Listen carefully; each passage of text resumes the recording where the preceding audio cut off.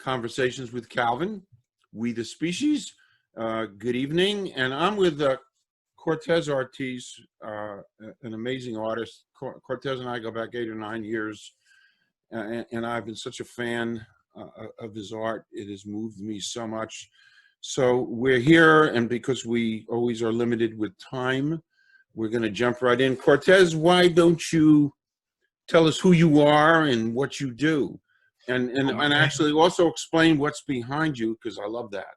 Okay. I have 2 paintings behind me, and this one in particular I did live at a jazz club in Newark, and there was a jazz band there, and that's one of my fortes. I like painting and creating art in front of an audience. But my name is KORTEZ ARTISE. I call my artwork Esoteric Urbanism. And Esoteric Urbanism was given to me by a friend named Kim Jacobs, and she was describing my artwork to her son, who was 14 at the time. And so I took it and ran with it. And more or less, branding, we brand everything. So I felt the need to brand my artwork, and that's how I describe my work. And if you go to the website, esotericurbanism.com, you'll see samples of my work and get my whole story. Which people should really do, because your work stands so alone and so unique and so expressive. And, you know, and actually, you know, people should know that you were a guest on NJ Discover TV some years ago, because I was so enamored with your work. So for years, you've been, you've been a great artist, an exceptional artist, and you've done all the traditional things navigating the art world. Why did you open up a retail store? Why don't you talk about BAV and tell people where it is, etc.? House of BAV is a retail store that I own with my wife, Bridget ARTISE, and BAV stands for Born Again Vintage. And the store itself houses vintage fashion, upcycle fashion, and upcycle is basically taking fashion that already exists or fabrics that already exist, and you turn it into something new. And so the whole sustainability field is new to me, but I'm come to realize that over the years, I've been creating artwork in the same manner. My painting on doors was started by a friend passing off some doors to me, and working on artwork that already exists or working on art on material that already exists is something I've been doing for years, and now I'm purposely doing it. Before we drift, you must talk a little bit about Sustainable Fashion Week and what Bridget. Yes. I've been to the website. I've seen some of the work, the designers, the runway, the creative, innovative, amazing things that you do, not only with the fashions and the clothing, the sustainable, but even how you presented it.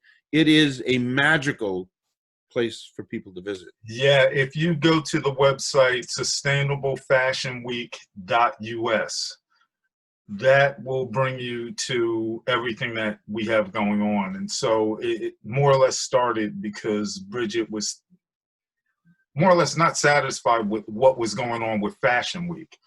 And we were in Fashion Week in 2019 and 2020, and it was more or less with Fashion Week, sustainability is a side note. So her thing was to create something that would focus on the students, the people who are really making moves in the field, and give a platform for those who otherwise would be overlooked. Correct. It is an amazing, for me, it opened up my eyes with what some third world countries are doing with recycling clothing, turning it into fashion. It's like, wow. So yeah. I'm glad we mentioned that. Moving along, this is kind of a thing about the pandemic. I worry about creativity and art and how it's going to evolve post-pandemic. But what do you feel about art galleries in general? Are they going to be around? I think they're always going to be around, but what is with COVID and the whole shutdown, what it's taught us is that we have to more or less rely on ourselves. Mm-hmm. And it's kind of the perfect storm with social media the way it is and the accessibility that we have to millions of people. It's opened a door where I think artists are taking the bull by the horns and doing their own thing.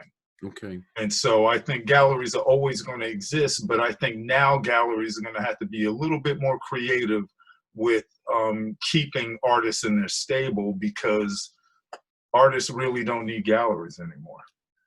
Has COVID changed the way you create art? Has it done something to your emotion, your energy, your perception, your upbeat, not upbeat? Has it? Nah, not really. No. The funny thing, COVID has given me a little bit more time to actually slow down Okay. and continue creating. Like I'm always creating. It doesn't matter what mood I'm in. And I think COVID is also opened up the door to be a little bit more creative with social media as well. Okay. Okay. Changing direction just a little bit, because I always like to get this kind of in.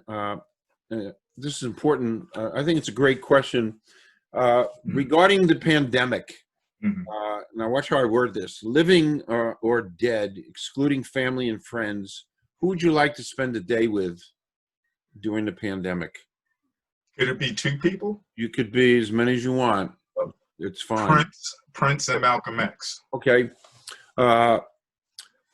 Prince, real fast, a little Prince story. I actually crashed a Prince concert in the city some years ago when my hair was down to my shoulder and I looked like Howard Stern. And Prince was doing a private concert at Club USA, and they thought I was Howard Stern, and in I went, and I was 5 feet away from Wow. Prince, and it was an amazing night for me, and I never got caught. And we have to talk about that later. Yes, we will talk about that. And actually, I'll send you a picture. But all right, moving on. This another interesting question.